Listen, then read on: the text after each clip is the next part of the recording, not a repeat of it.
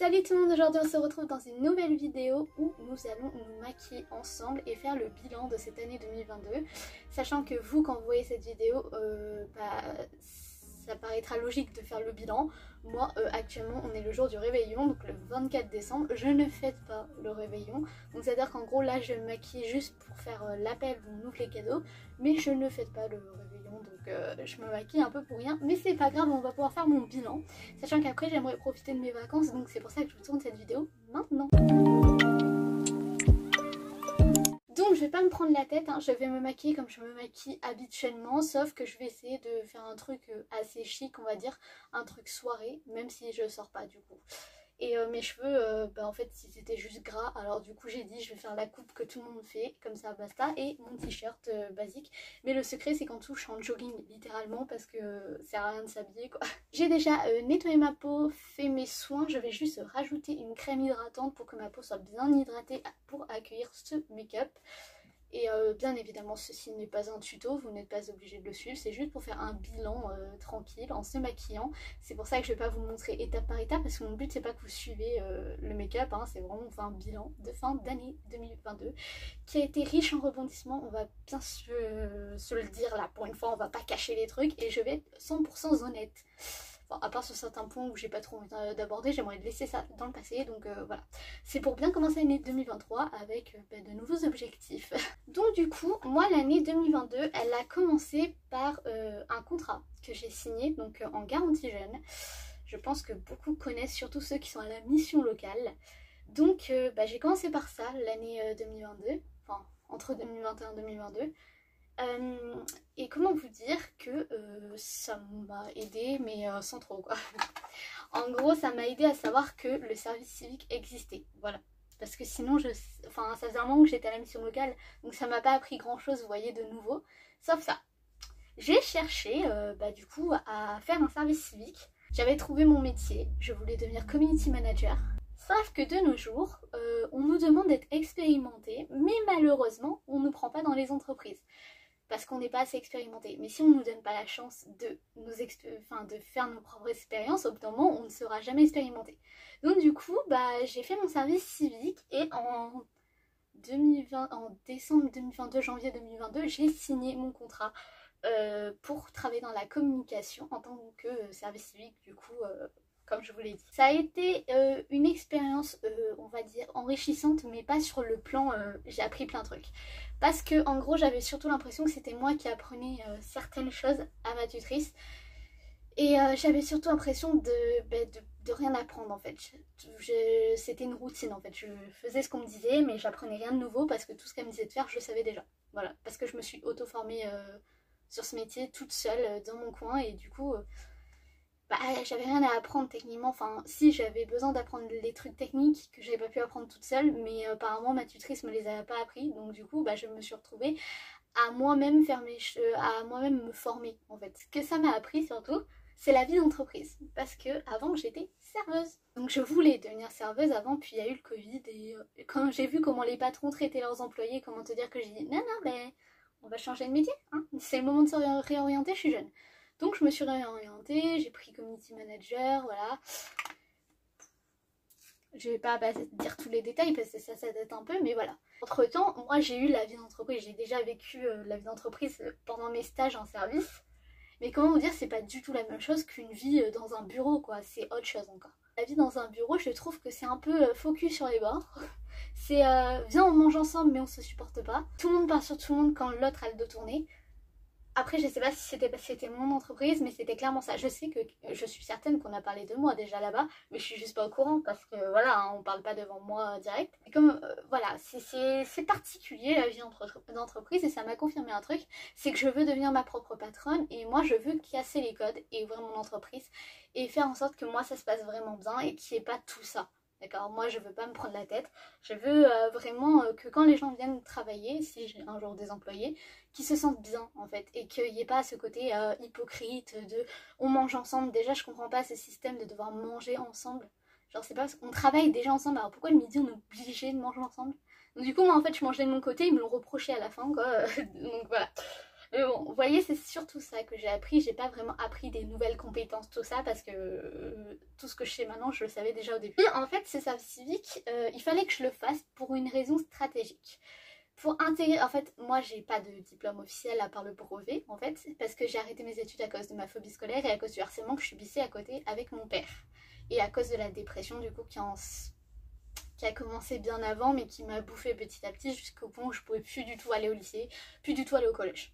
Donc j'ai eu mon brevet, je l'ai eu de justesse grâce aux maths, alors que je suis nulle en maths. Mais du coup, j'ai pas eu d'autres diplômes parce que j'avais entamé pour faire un bac pro pour faire du service. Mais du coup, au final, quand j'ai changé d'orientation, j'ai du coup arrêté mes études. Le truc, c'est que du coup, pour faire community manager, il faut un bac. Donc, vous voyez où est le problème. J'ai trouvé une formation d'1 an pour avoir le bac à la fin. Donc c'est 1 an, mais du coup, c'est toutes les années de bac concentrées en 1 an. Donc c'est beaucoup de travail, c'est beaucoup d'implications personnelles. Je savais pas si j'allais pouvoir tenir, je savais pas si j'allais pouvoir intégrer cette formation, parce que pour l'intégrer, il faut un niveau quand même assez... faut avoir la moyenne quoi, mais il faut avoir un bon niveau. J'ai pas un bon niveau, d'accord. Et les tests d'entrée, c'était français, anglais et culture générale. J'ai pas un bon niveau en français. En anglais, j'estimais ne pas avoir un bon niveau. Et la culture générale, le problème c'est que ça peut parler de tout en fait. Donc du coup, je savais pas si j'allais réussir ou pas. Et au final, en août, je me suis inscrite à cette formation avec la peur au ventre. Je me suis dit, je vais pas réussir, je sais pas si je vais pouvoir l'intégrer. J'ai vu c'était quoi les prérequis. J'ai dit, merde, je vais pas y arriver, je vais louper l'examen. Finalement est venu le jour du test. Donc j'arrive et au départ, j'ai vu que certains avaient révisé. Genre, qu'est-ce que vous avez révisé? Dans ma tête, c'était ça, hein. C'est qu'est-ce qu'ils ont révisé, les gars? Parce que genre, je savais pas ce qu'il fallait réviser, il n'y avait rien à réviser. Le test, tu pouvais pas prévoir à l'avance ce qu'il y avait dedans. Donc moi, j'y suis vraiment allée au feeling, je vous avoue. Je me suis dit, vas-y au talent. On n'a pas de talent. Quand on dit ça, on sait très bien qu'on n'a pas de talent. Donc j'y vais au talent. Et comment vous dire que l'anglais m'a sauvée, parce que je sais pas pourquoi, mais l'anglais m'a sauvée alors que je pensais avoir raté l'anglais. Et pendant mon entretien avec la dame qui gère, elle m'a dit, vous vous sous-estimez beaucoup en anglais, mais vous êtes très forte, c'est ce qui vous a sauvée. Donc du coup j'étais en mode ok, du coup c'est cool, j'intègre la formation. Donc mois d'octobre 2022, j'intègre ma formation. Donc déjà vous voyez il y a un retard, hein, parce que c'est pas vraiment 1 an, hein. C'est de octobre à juin, donc vous voyez, et en juin on passe les examens, donc c'est pas vraiment 1 an de formation. J'intègre et je vous avoue, avec la phobie scolaire, j'avais très peur de me retrouver dans une classe. En plus j'avais très peur de reprendre tout le système scolaire et tout. Mais ça s'est plutôt bien passé, on va dire, malgré le fait que c'est compliqué de s'intégrer, hein, je vais pas mytho, hein, mais j'essaye pas forcément de m'intégrer, c'est ça le pire, c'est que j'essaye pas forcément de me faire des potes, j'ai pas envie de me faire des amis, parce qu'à chaque fois que j'ai accordé ma confiance à quelqu'un, il me l'a bien... Bon, il m'a bien planté un couteau dans le cœur, hein, à chaque fois, hein, ça m'a fait le cas à chaque fois. Donc du coup, je suis partie dans le but de pas me faire des potes. Je me suis dit, si je m'en fais, c'est un plus, si je m'en fais pas, je suis là pour mon avenir professionnel. Pourquoi je suis partie avec cette mentalité-là de je suis pas là pour quelqu'un d'autre, je suis là pour moi-même?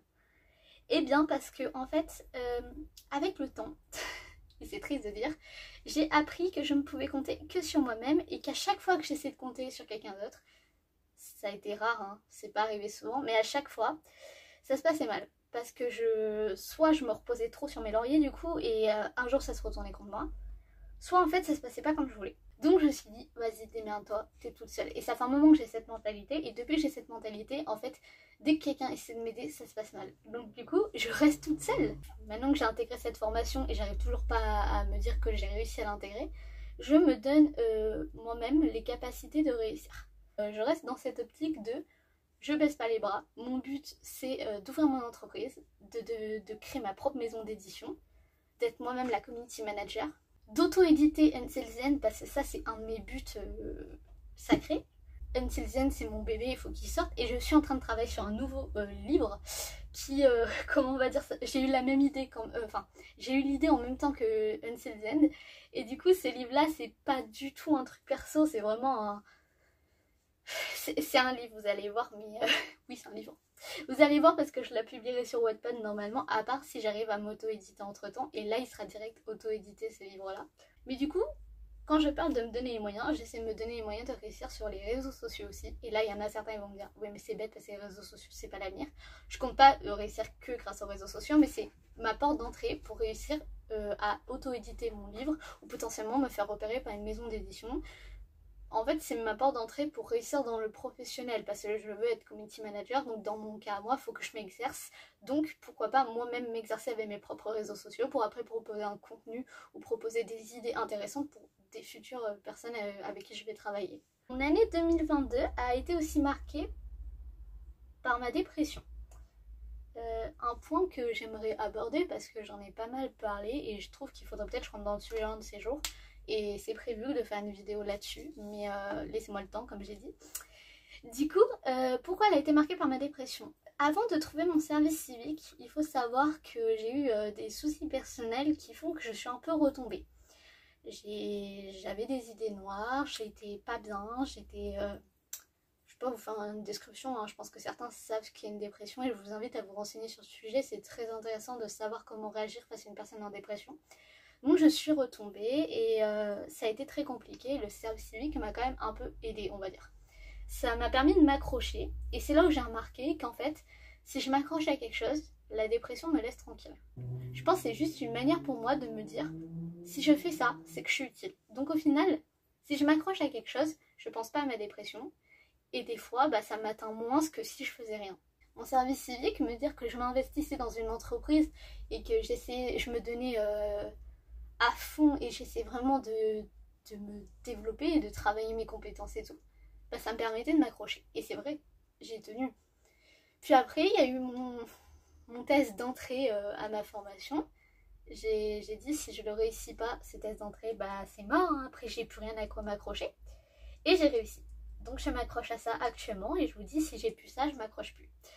Puis après, est venue l'ASFM, donc l'annonce de l'ASFM, et je vous ai dit, moi j'étais déjà prête à y aller et tout.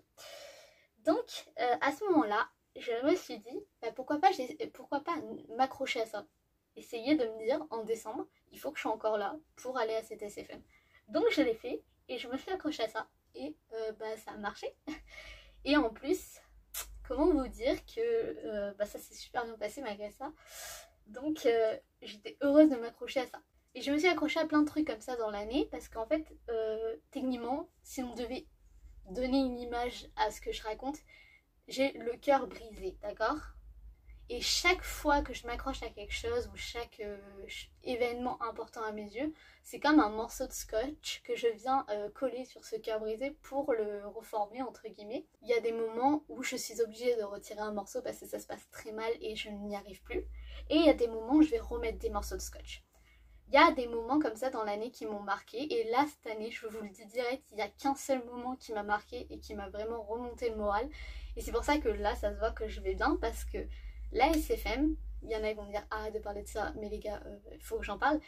Il faut savoir que je pense comme tout le monde, j'ai déjà eu des gens qui m'ont dit t'es belle. Mais en fait j'y crois pas parce que comment vous voulez croire à ça alors que moi-même dans le miroir je me trouve pas belle. C'est compliqué de dire ça, mais c'est la vérité. Dans le miroir, je n'aime pas mon reflet. Quand je fais le montage de mes vidéos, j'aime pas ma tête. Vous voyez, il y a ce côté-là de moi, je n'y crois pas, donc pourquoi je devrais te croire quand tu me le dis? Donc, j'ai jamais cru à ce genre de compliment. Et est venue une actrice que vous connaissez, du coup, ceux qui regardent Stranger Things, Grace, donc du coup, que j'ai rencontrée. Et juste le premier regard qu'elle a posé sur moi, elle a dit tout de suite après, You're so pretty. Et du coup, le fait qu'elle me dise que je suis belle, j'y ai cru pour la première fois de ma vie. Et c'était comme si je venais de mettre un morceau de scotch sur mon cœur brisé. Mais sauf que là, ce scotch-là, je le retirerai jamais parce que c'est la première fois de ma vie qu'on me le dit. Donc du coup, j'étais trop heureuse et vraiment, c'est pour ça que j'ai passé un excellent moment avec elle et que j'ai tellement hâte de la revoir. Et c'est pour ça que si à la SFM7, elle a annoncé, j'irai la voir direct. De toute façon, j'y vais à la SFM7 normalement, donc... on pourra se voir là-bas, ceux qui voient cette vidéo, on peut se rejoindre là-bas si vous voulez. Du coup, cette année, elle m'a permis aussi de voir que j'étais seule. Donc comment vous dire que moi, ça m'a pas dérangée, mais c'est les gens autour de moi qui m'ont dit t'as pas d'amis, t'as pas... Oui, j'ai pas d'amis, c'est un choix personnel. Parce que, comme je vous l'ai déjà dit, on m'a souvent brisé le cœur autour de moi, on s'est souvent servi de moi aussi. Ça, j'ai eu pas mal. Et au final, je me suis toujours dit, je veux plus d'amis, ça sert à rien. Si c'est pour à chaque fois pleurer parce qu'ils partent, non. Au final, je n'ai plus d'amis du tout, mais moi ça me dérange pas. Et au final, récemment, j'ai remarqué qu'en fait, si ça me dérangeait, c'est juste que bah c'était pas ma première préoccupation et c'est pour ça que j'y pensais pas. Pourquoi je l'ai remarqué récemment? Parce qu'en fait, je voyais du monde dans les bus, dans tout ça, qui étaient avec leurs potes, qui sortaient, qui allaient à la foire avec leurs amis, qui s'éclataient. Et moi, en fait, si j'ai pas, bah en fait, j'ai personne, donc je peux pas sortir. Après, pour une personne comme moi qui une phobie sociale, ça me dérange pas de pas sortir, vous voyez, mais bon, c'est triste quand même d'en revenir à se dire que je peux, enfin, si je sors seule automatiquement. C'est bête de dire ça parce qu'au final, bah, c'est triste, tu sens la solitude après. En parlant de phobie sociale, je me suis lancé un challenge début 2022. Donc bah, par rapport à certains, moi j'avais pas de bonnes résolutions, d'accord? J'en ai jamais, en général j'en ai pas du tout, je vous avoue c'est toujours les mêmes, donc au final c'est pas des bonnes résolutions, c'est ce que je dois faire et que je ne fais pas. Ma résolution de l'année 2022, même si c'en est pas une, c'était d'essayer de combattre ma phobie sociale. Chose très compliquée, je pense que ceux qui ont eux aussi une phobie sociale, vous allez me dire oui non c'est pas possible. Oui c'est pas possible, enfin si c'est possible si on s'en donne les moyens clairement, mais c'est compliqué, d'accord? Donc déjà j'ai commencé par aller au restaurant toute seule. Alors j'ai tenu 10 minutes dans le restaurant, d'accord? Et quand je parle d'aller au restaurant, je parlais Burger King et en heure de pointe, au moment où il y a tout le monde qui vient manger. Pire chose au monde, j'ai tenu 10 minutes. C'était mon premier objectif, hein. Mais avec le temps, à force de faire ça, d'essayer d'aller dans des endroits seuls, d'essayer de parler avec des inconnus, d'essayer de faire des efforts, là actuellement je peux vous dire que ça me dérange plus d'aller parler à des inconnus, que j'arrive enfin à commander au restaurant, j'arrive enfin à aller parler à des gens. Et à part sur le milieu professionnel, ça m'était jamais arrivé avant. Parce que je sais différencier professionnel et personnel. Il y a des choses que je sais faire sur le milieu professionnel que je ne saurais pas faire sur le niveau personnel. Voilà, c'est très compliqué, mais je pense que je suis pas la seule. Enfin, j'espère, sinon je vais avoir l'air d'une folle. Cette année aussi, j'ai commencé à aller voir une psy. Donc comme vous pouvez le comprendre, ce n'était pas en début 2022, quand j'étais en dépression. Ça a été en milieu... Non, ça... Non, attends. C'est récent, ça date d'il y a 1 mois ou 2 mois, la psy. Voilà, donc au final, dans 3 mois. Oh, ça date de septembre, là, c'est tout à fait récent. Et récemment, j'ai décidé de ne plus y aller. Alors, c'est pas à cause d'elle, hein, ça s'est très bien passé, au contraire, elle m'a beaucoup aidée. Mais parce que je ne ressens plus le besoin. Et moi, il y a des moments où je ne ressens plus le besoin d'aller voir la psychologue et des moments où j'aurais besoin d'aller la voir. Heureusement, ma psy, elle m'a dit, hein, si t'as besoin, tu viens me voir, hein, c'est pas un souci, t'es la bienvenue. Pourquoi j'ai décidé de plus aller voir ma psy? Bah parce que, voilà, je ressentais plus le besoin, mais c'est surtout pour autre chose. C'est parce que j'ai envie de commencer l'année 2023 en me disant, vas-y, je repars sur des bases saines et j'essaie de tenir sans psychologue. De base, ça marchera, mais vous inquiétez pas, si je chiale, c'est parce que je me foutre le pinceau dans l'œil en fait. Ça n'a rien à voir avec, le fait que je parle, mais c'est, je viens de me foutre le pinceau dans l'œil et ça pique sa mère. En 2023, j'ai prévu de me concentrer déjà sur ma vie professionnelle, je pense, comme vous l'avez compris. Et ça, j'ai commencé à le faire depuis 2022 déjà, donc c'est bien parce que je me donne les moyens de réussir. J'ai aussi prévu pour cette année 2023 de continuer avec Until the End et de pas baisser les bras. Et je continuerai même s'il n'y a que 2 lecteurs qui lisent mon histoire parce que il faut que je continue. Je vais aussi continuer sur les réseaux sociaux. Truc que j'imaginais pas il y a quelques temps. Faut savoir, il y a quelques années, j'étais un peu contre les réseaux sociaux. Et surtout TikTok, j'étais contre. Et en fait, je m'y suis mise sous conseil de ma soeur et ma mère. Et au final, bah, je regrette pas mon choix. Je m'amuse très très bien sur ces réseaux. Et je vais continuer. Je vais continuer sur YouTube aussi. Parce que YouTube, bah, je viens de commencer. Et comment vous dire, c'est l'endroit où je me sens le plus à l'aise, on va dire. J'ai des idées de vidéos qui arrivent. Je sais pas si j'aurai le temps de les faire, mais il faut comprendre du coup que là derrière moi j'enchaîne avec mes études et les études passeront prioritaires, hein. C'est comme ma vie personnelle, ma santé mentale passeront prioritaires, chose que je ne voulais pas faire avant, mais au final ça va le devenir. Ah oui, et une résolution, et c'est même pas une résolution mais c'est la vérité, je vais essayer de me mettre au sport. Mais en fait, faut savoir avec moi, à la base j'ai trop de me remettre au sport mais j'ai pas la motive. C'est pour ça qu'au final je fais jamais de sport et que je dis ça chaque année et que je le fais pas. En fait si, je vais le faire du coup, j'ai planifié le truc de malade, je vais le faire. Je vais faire des vidéos, beaucoup plus de vlogs cette année, je voulais dire, putain, je parle plus français les gars. Oui, je vais faire beaucoup plus de vlogs parce que si j'arrive à faire ce que j'ai prévu, que je vais vous expliquer tout de suite, il y a moyen qu'il y ait beaucoup plus de vlogs. Alors je vais vous dire qu'est-ce que j'ai prévu. Cette année j'ai prévu de faire beaucoup plus de sorties, de tout ça. Donc du coup par exemple la SFM7 j'y vais parce que je veux sortir plus. Je sais pas si genre je pourrais m'y tenir, d'accord, hein, faut comprendre quand même c'est assez compliqué pour moi, mais je vais essayer et si j'y arrive bah c'est bien, c'est super, je vais pas m'en plaindre, mais si j'y arrive pas bah écoutez je serai quand même fière de moi parce que j'arrive quand même à faire des choses derrière, des choses que vous voyez pas parce que c'est ma vie privée, mais j'arrive à parler à des gens. Voilà, déjà ça c'est un exploit pour moi. Je parlais pas beaucoup avant et je parle maintenant. Mais cette année, je veux pas me prendre la tête, je vais y aller petit à petit. Si j'arrive à tenir, j'arrive à tenir, écoutez. Mon but c'est, voilà, d'arriver à tenir et de l'année prochaine vous refaire une vidéo comme ça en vous disant j'ai réussi à tenir, j'ai combattu ma dépression, j'y arrive encore. Et j'arrive à tenir, j'arrive à faire ma vie, j'arrive à me construire enfin. Et pour faire une piqûre de rappel à mon père, pour lui dire, t'as pas réussi à me détruire. En parlant de mon père, vous avez pas le contexte, d'accord? Parce que je ne l'ai pas vraiment donné, enfin, si, mais genre pas vraiment. Mon père, je ne lui parle plus depuis des années maintenant. Mais le truc, c'est que, on sait pas quitté en bon terme, hein, forcément vous avez compris ça, mais j'arrive pas à passer à autre chose. La dépression fait que dès que j'ai une pensée négative, je pense à mon père directement. Parce qu'en fait, on arrive à chaque fois à me rappeler que à cause de ma dépression, je peux pas faire tel truc, tel truc, tel truc. Sauf que ma dépression, elle vient d'où? Elle a été causée par mon père. Donc au final, c'est toujours mon père qui ressort. Les gens cette année ont eu beaucoup tendance à me dire oui, mais ton père a refait sa vie, oublie-le. Passe à autre chose. Ok. Ouais, il est passé à autre chose, il a refait sa vie, je suis tout à fait d'accord, il a une nouvelle copine, enfin je crois. Vous voyez, il vit sa vie, il est sur les réseaux sociaux, il a osé me demander sur les réseaux sociaux. Bon, ça, n'en parlons pas, mais vous voyez, il vit sa vie, d'accord? C'est bien, vis ta vie, t'as raison. J'ai été en dépression à cause de lui. J'ai voulu me mettre fin à ma vie à cause de lui. Plein de fois. J'ai pu trouver le sommeil pendant très longtemps et je ne trouve plus le sommeil à cause de lui. Parce que ces mots restent dans ma tête.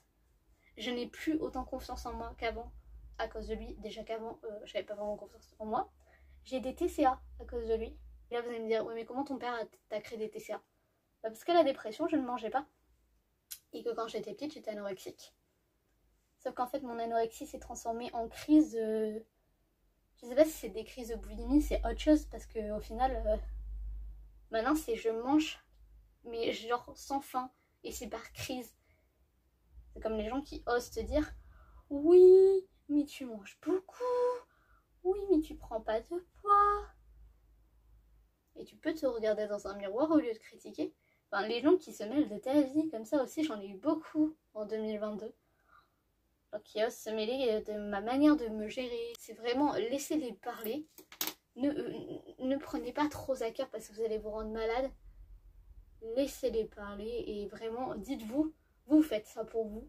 Genre c'est bien d'être seule des fois que être mal accompagnée. Et moi perso, je suis heureuse d'être seule actuellement parce que même si des fois, genre je suis en mode ouais, j'ai pas d'amis et tout, ben, on s'en fout en vrai, hein, parce que c'est pas mes amis qui vont me relever quand je vais tomber, hein. J'ai su me relever seule, j'ai su endosser tous les rôles qu'on m'a dit d'endosser. Je suis le punching ball de beaucoup de personnes. Je vis ma vie avec tout ça sur le dos et j'arrive encore à tenir. Donc franchement, si on peut tenir avec tout ça, les gens ils ont beau dire qu'on n'est pas fort, on est fort, d'accord. Après c'est au cas par cas, hein, ça dépend des personnes, il y en a c'est trop dur pour eux et je vous comprends, hein, des fois c'est dur, des fois j'ai envie de leur balancer à la gueule. J'ai envie de leur dire, hé frère, je suis pas ton punching ball, je suis pas censée gérer des problèmes. Ou c'est comme quand ils te reprochent un truc que tu n'as pas fait. Genre c'est pas ton problème, si... Je sais pas, s'ils font une erreur dans leur vie, ils ont trompé leur copain, après t'assumes, hein. C'est pas à moi d'endosser, c'est pas à toi d'endosser. Faire endosser tes problèmes à quelqu'un d'autre, c'est horrible. Et je trouve. C'est pour ça que, en général, quand j'ai des problèmes, j'en parle pas. Parce que comme ça, je fais pas endosser mon problème à quelqu'un d'autre. Et ça, on me l'a reproché pas mal de fois. Mais frère, j'ai pas te faire endosser mes problèmes, c'est mes problèmes. En 2022, niveau amour, je pense qu'il faut aborder ce sujet parce que Je l'ai pas abordé, j'ai abordé le sujet des amis, maintenant abordons le sujet de l'amour. Je suis pas tombée amoureuse cette année, je n'ai pas eu de crush à part mes crushs fictifs, mais mes crushs fictifs surpassent tout le monde sur Terre. Je n'ai pas eu de crush hormis eux et je me porte très très bien, je vous avoue, c'est mieux je trouve. Parce qu'au moins on souffre pas, clairement, parce que l'amour fait souffrir, hein. Je suis désolée pour ceux qui pensent le contraire, mais moi l'amour je l'associe à n'importe quoi. Cette année aussi, depuis des années maintenant, moi faut savoir je ne veux pas d'enfant parce que bah je me sens pas prête à être mère et j'ai eu le droit au fameux oui mais tu es encore jeune. Non mais et même si j'avais 10 ans que je disais que j'avais pas envie d'avoir d'enfant, ça te regarderait pas et si je dis ça tu dois respecter. Une femme en fait elle est pas là que pour faire des enfants. Une femme a le droit d'être indépendante et ne pas vouloir d'enfants, ne pas vouloir de mari, ne pas vouloir se marier, ce qui est mon cas, je ne veux pas me marier. Une femme c'est son choix, son corps son choix. Un homme son corps son choix. Et ça les gens ont beaucoup de mal à le comprendre parce que surtout dans ma famille, il y en a certains qui ont compris et d'autres qui comprennent pas donc du coup eux je les ignore, hein, je leur parle plus de mes projets. Mais il y en a qui ne comprennent pas que je ne veux pas d'enfant, que je ne veux pas me marier et que si je pouvais finir ma vie célibataire en étant la tata riche qui prend soin de ses nouvelles nièces, je deviendrais cette femme. Non, moi je veux être la femme au chat dans les Simpsons. J'ai déjà un chat, attendez que j'en adopte d'autres. J'ai toujours préféré les chats aux chiens. Depuis que j'ai mon chat, je préfère mon chat. C'est fou, hein. Je sais pas, je préfère les chats aux chiens. Alors qu'au départ, quand j'étais petite, c'était les chiens que je préférais. Et maintenant, c'est les chats. C'est la base, les chats. C'est trop drôle.